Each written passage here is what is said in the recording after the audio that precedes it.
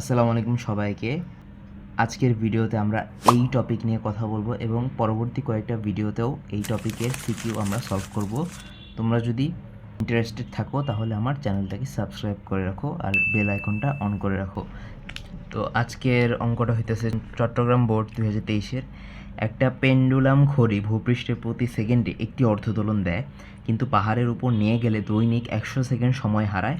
পৃথিবীর ব্যাসার্ধ 6400 কিলোমিটার এবং পৃথিবীর পৃষ্ঠে অভিকর্ষ ত্বরণ 9.8 মিটার পার সেকেন্ড স্কোয়ার। তো আমাদের গ নম্বরে বলছে উদ্দীপকের তথ্যের আলোকে পাহাড়ের উচ্চতা বের করো। এই পাহাড়ের উচ্চতা নির্ণয়ের ম্যাথগুলো অনেক বেশি ইম্পর্ট্যান্ট, এই বোর্ডে অনেকবার আসছে। তো এটা করার জন্য সূত্রটা আগে লিখে রাখি। সূত্রটা হইতেছে r+h/r 3600 - n।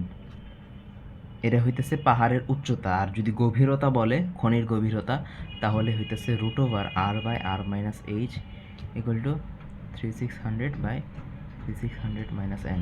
এই সূত্রগুলো কিভাবে আসছে এই সম্পর্কে যদি জানতে তোমরা ইন্টারেস্টেড থাকো তাহলে আমার চ্যানেলটা সাবস্ক্রাইব করে রাখো আর কমেন্ট বক্সে লেখো যে এই টপিক সম্পর্কে জানতে চাই, তাহলে আমি ভবিষ্যতে এই টপিক নিয়ে একটা ভিডিও বানাবো।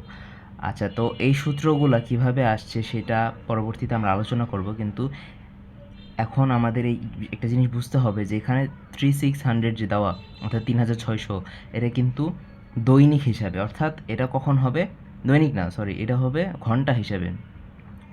ঘন্টায় যদি n সেকেন্ড হ্রাস পায় বা ধীরে চলে তখনই আমরা 3600 দিব।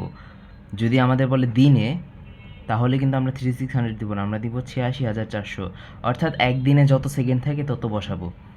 এটাই ডিফারেন্স, আর কোনো ডিফারেন্স নাই। যদি আমাদের দিনে বলে তাহলে আমরা 3600-র জায়গায় যেখানে যেখানে 3600 আছে সেখানে 86400 বসে দিব, অর্থাৎ একদিনে যে যতগুলো সেকেন্ড থাকে। আর যদি ঘন্টায় বলে তাহলে আমরা 3600 দিব। এখন পাহাড়ের উচ্চতায় উঠো বা খনির গভীরতায় যাও, সব জায়গায় অর্থাৎ সেকেন্ড দোলকের যে সময় সেটা হচ্ছে হ্রাস পাবে, কখনো বৃদ্ধি পাবে না। এটাও কেন হয়, এটারও আলাদা একটা কনসেপ্ট আছে, এটাও আমি ভবিষ্যতে আপলোড করব।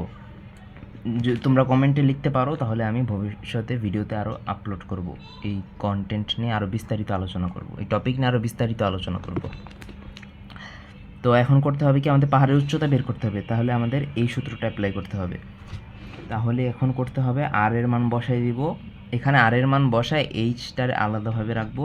এখানে n সেকেন্ড, এখানে বসাইতে হবে n সেকেন্ড। n সেকেন্ড এখানে কত বলছে, এখানে কি বলছে যে গেলে দৈনিক 100 সেকেন্ড সময় হারায়, এখানে কিন্তু দৈনিক বলছে, এখানে বলে না ঘন্টায়। ঘন্টায় বললে আমরা 3600 দিতাম, যেহেতু দৈনিক বলছে তাহলে আমাদের কি করতে হবে, 86400 দিতে হবে।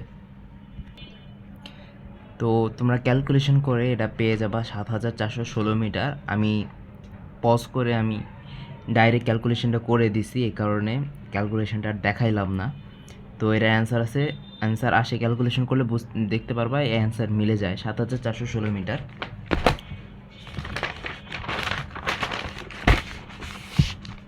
এই যে এখানেও 7416 মিটার অ্যান্সার মিলে গেছে। তো এখন আমরা ঘ নাম্বারটা করব। তোমরা অনেকে বলতেছিলা যে সম্পূর্ণ সিকিউ দিতে, এই কারণে আমি এখন থেকে সম্পূর্ণ সিকিউ দেওয়ার চেষ্টা করব। পাহাড়ের উপরে দোলকটিকে সেকেন্ড দোলকে পরিণত করতে কী ব্যবস্থা করতে হবে। পাহাড়ের উপর যে দোলকটা আছে ওইটা তো এই যে 7416 মিটার উপরে আছে, আর ওই দোলকের কি বলছে, দৈনিক 100 সেকেন্ড সময় হারাইতো, মানে কি উপরের যে দোলকটা সেটা সেকেন্ড দোলক না, সেকেন্ড দোলক হইলে তো 100 সেকেন্ড সময় আর হারাইতো না, ওই 100 সেকেন্ড সময় আর ধীরে চলতো না, সেকেন্ড দোলকের মতোই চলতো। তো যেহেতু এখন 100 সেকেন্ড হারায়, তাহলে আমরা এমন কি ব্যবস্থা নিতে পারি যাতে করে 100 সেকেন্ড আর না হারায়। তো অর্থাৎ আমাদের উপরের যেই দোলকটা সেটাকে সেকেন্ড দোলকে পরিণত করতে হলে আমরা কী ব্যবস্থা নিতে পারি। এখন আমরা পর্যায়কালের সূত্র থেকে জানি 2π√L/g। এখানে 2πও কনস্ট্যান্ট, জিও কনস্ট্যান্ট। তো আমরা শুধুমাত্র চেঞ্জ করলে আমরা এল এর চেঞ্জ করতে পারি। এখন সেকেন্ড দোলকে আনতে হলে সেকেন্ড দোলকের পর্যায়কাল সবসময় 2 থাকে, তো এখানে 2ও কনস্ট্যান্ট, 2πও কনস্ট্যান্ট, জিও কনস্ট্যান্ট, অর্থাৎ আমাদের এল এর এমন পরিবর্তন আনতে হবে যাতে পর্যায়কালের মান 2 সেকেন্ড আসে। কিন্তু জি কিন্তু এখানে 9.8 দিলে হবে না, কারণ এটা পাহাড়ের উপরে আমরা জি এর মান কমে কেন, কারণ জি প্রাইমের সূত্র কি, r/r+h²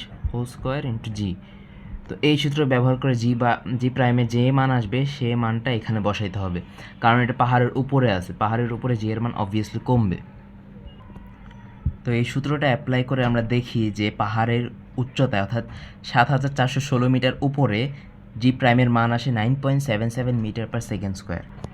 আচ্ছা, এখন আমরা দেখতে পাই যে 2π√L/g অর্থাৎ পর্যায়কাল সমান 2 সেকেন্ড হতে হবে।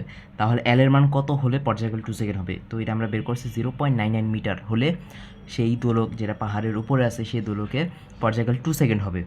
কিন্তু এখন আমাদের বের করতে হবে যে পাহাড়ের উপর যে দোলকটা ছিল সেটা যদি তাহলে দৈর্ঘ্য কত ছিল যার কারণে দৈনিক 100 সেকেন্ড সময় হারাইতো। অর্থাৎ পাহাড়ের উপরে যে আগের যে পূর্বের দোলকটা ছিল সেই দোলকের পর্যায়কাল বের করে সেইটার দৈর্ঘ্য বের করতে হবে। তারপরে দুইটা দৈর্ঘ্য বিয়োগ করলে আমরা বুঝতে পারবো যে কি পরিবর্তন করতে হবে।